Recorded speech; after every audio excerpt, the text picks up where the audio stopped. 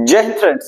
दोस्तों आज एक बहुत ही इंपॉर्टेंट टॉपिक के ऊपर डिस्कशन करने वाले हैं। कल से एक बहुत बड़ी खबर जो है पूरे मीडिया में छाई हुई है कि जेलेंस्की और आपके डोनाल्ड ट्रंप दोनों व्हाइट हाउस के अंदर लड़ पड़े हैं। तो ऐसा क्या हुआ जिसके कारण दोनों जो है अंदर काफी ज्यादा लड़ पड़े, उसको हम लोग डिटेल में एनालाइज करेंगे दोस्तों। और एक सबसे इंपॉर्टेंट बात कि इसका अपने शेयर बाजार के ऊपर क्या इंपैक्ट पड़ेगा ये भी जानना जरूरी है। चलिए वीडियो को स्टार्ट करते हैं। उससे पहले अगर आप चैनल पर नए हैं तो चैनल को सब्सक्राइब कर लीजिए। और एक इंपॉर्टेंट बात दोस्तों, जो भी स्टॉक मार्केट की क्लास करना चाहते हैं, सीखना चाहते हैं शेयर बाजार क्या है, वो इस नंबर पे कॉल कर सकते हैं। बेसिक टू एडवांस सारी चीजें आपको यहाँ पर सिखाई जाएगी। अगर आपको कुछ नहीं भी पता है, चिंता करने की कोई बात नहीं है, हम आपके साथ खड़े हैं। जो भी व्यक्ति ऑनलाइन क्लास करना चाहते हैं दोस्तों, वो हमारा मोबाइल एप्लीकेशन इंस्टॉल करके बस एक काम ये करनी है कि उनको नए बैच की जानकारी कॉल करके जरूर ले लेनी है। अब हम लोग यहाँ पे बात कर लेते हैं दोस्तों कि यहाँ पर ऐसा क्या हुआ। सबसे पहले अगर हम लोग देखें तो यहाँ पे एक्चुअली क्या था कि डोनाल्ड ट्रंप जब पहली बार जेलेंस्की वहां पर आए, व्हाइट हाउस के अंदर आने वाले थे, जब स्वागत के लिए बाहर में ये लोग मिल रहे थे, तो उसी वक्त सबसे पहला डोनाल्ड ट्रंप का एक वीडियो सामने आता है और वहां पे वो उनको कहते दिखते हैं कि आप तो पूरी तरह से तैयारी में बिल्कुल आए हैं, ऐसा लग रहा है जैसे एक वॉरियर की तरह आप यहाँ पर आए हो। ठीक है, तो एक मजाकिया अंदाज में इन्होंने उनका स्वागत किया था, जो देख करके शुरुआत से ही लग रहा था कि स्थिति कहीं ना कहीं अंदर में बिगड़ने वाली है। बिल्कुल ठीक वैसा ही हुआ। अंदर जाने के बाद आप ये देख लो, दोनों के बीच बहुत ही ज्यादा गहमा गहमी शुरू हो गई।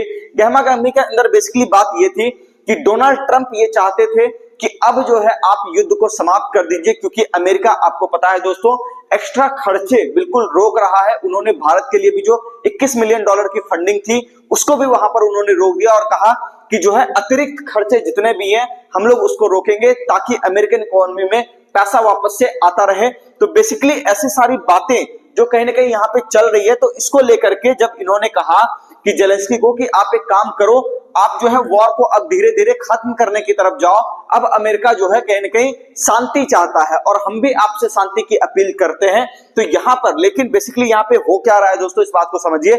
शांति समझौते के तहत जो है यहाँ पर कहीं ना कहीं इनके पास, जो यूक्रेन के पास है दोस्तों, यहाँ पे आप ये कह सकते हो कि यूक्रेन के पास रेयर अर्थ एलिमेंट है, जिसके वजह से कहीं ना कहीं अमेरिका भी चाहता है कि अगर वो रेयर अर्थ एलिमेंट उसे मिल जाए तो फिर वापस से वहां पर एक नई तरह का कैपेक्स जो है आ सकता है, बहुत बड़ा फंडिंग वहां पे आ सकता है, जो चीज ये बिल्कुल चाहते थे।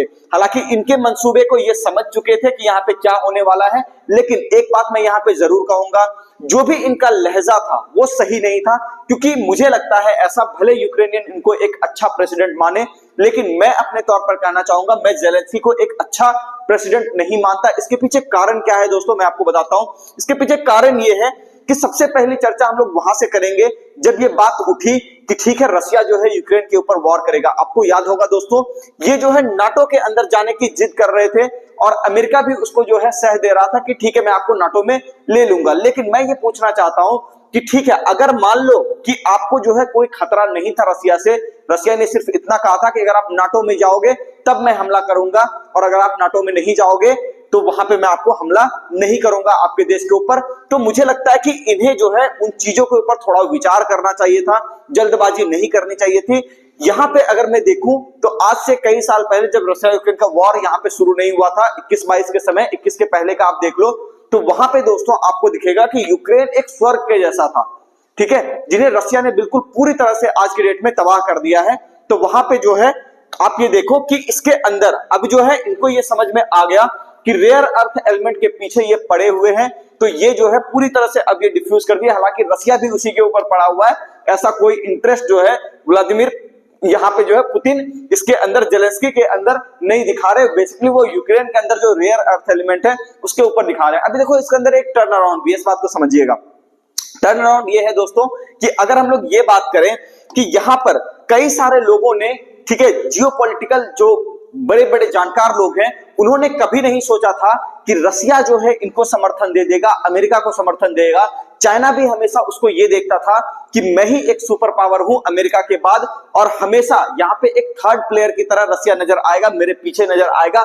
लेकिन यहीं पर मौके का फायदा उठाते हुए व्लादिमीर पुतिन ने कहा है कि अगर आप जो है यहाँ पर, ये देख लो यहाँ पे है, व्लादिमीर पुतिन ने हिंट किया है कि अगर आप जो है यहाँ पर रेयर अर्थ एलिमेंट की डील अगर हमसे करना चाहते हो, हमारे पास कई सारे रेयर अर्थ मिनरल्स हैं, तो आप यहाँ पे देख लो कि आप हमसे डील कर लो, कोई दिक्कत वाली बात नहीं है, हम आपके साथ आने के लिए तैयार हैं। ये एक तरह का हिंट जो है पुतिन ने दिया।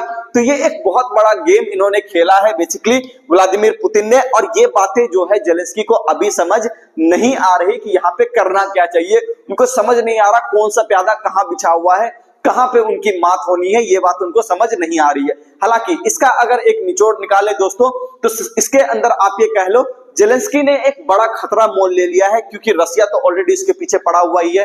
अगर आप अमेरिका से भी समर्थन जो है खत्म कर दोगे तो फिर आपको कहीं ना कहीं दिक्कत आएगी। हालांकि जेलेंस्की यहां से जाने के बाद, व्हाइट हाउस से निकलने के बाद, उन्होंने वहां पर जो है एक ट्वीट किया और धन्यवाद दिया वहां पे अमेरिकन जनता को भी और अमेरिका को भी।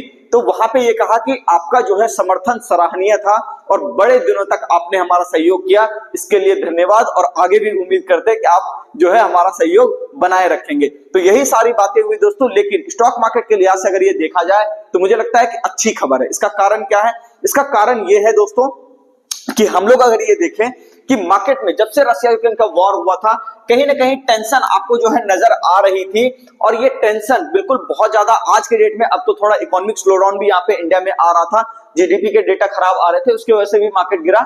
लेकिन रशिया यूक्रेन की वजह से भी हम लोग देखो बहुत लंबे समय तक, 1 से 1.5 साल तक कहीं ना कहीं सप्लाई डिमांड जो चोक हुआ था, उसके कारण हम लोग यहाँ पे आप ये देख सकते हैं कि इस एरिया पे अक्टूबर 2021 से लेकर के आपका 2022 तक मोटा मोटी आप ये कह लो कि 1.5 साल, 1 साल के आसपास, 1-1.5 साल तक हम लोग यहाँ पे बिल्कुल समस्या से जूझते रहे थे, और यहाँ पे लग रहा था कि चीजें और ज्यादा खराब हो जाएंगी। तो मुझे लगता है कि ये एक अच्छी खबर है जो धीरे धीरे आ रही है दुनिया भर से। तो कहीं ना कहीं मार्केट के अंदर अब एक स्टेबिलिटी आ सकती है, दुनिया भर के शेयर बाजार में भी एक स्टेबिलिटी दिख सकती है। तो ये मुझे लगता है स्टॉक मार्केट के लिहाज से अच्छी बात है। चलिए, बाकी डे टू डे एनालिसिस तो आपको मिलती ही रहती है दोस्तों, कहां पे खरीदना है, कौन सा एरिया ज्यादा इंपॉर्टेंट है, ये सारी चीजें हम लोग निफ्टी के अंदर बिल्कुल करते रहते हैं। तो चैनल से जुड़े रहिए। डे टू डे अपडेट चाहिए स्टॉक मार्केट का, तो वहां पे हम लोग जो है आपको डेली एनालिसिस वीडियो भी पोस्ट करते हैं। मिलते हैं दोस्तों नेक्स्ट वीडियो में। चैनल को सब्सक्राइब कीजिए, वीडियो को लाइक कीजिए और कमेंट करके जरूर बताइए वीडियो आपको कैसा लगा।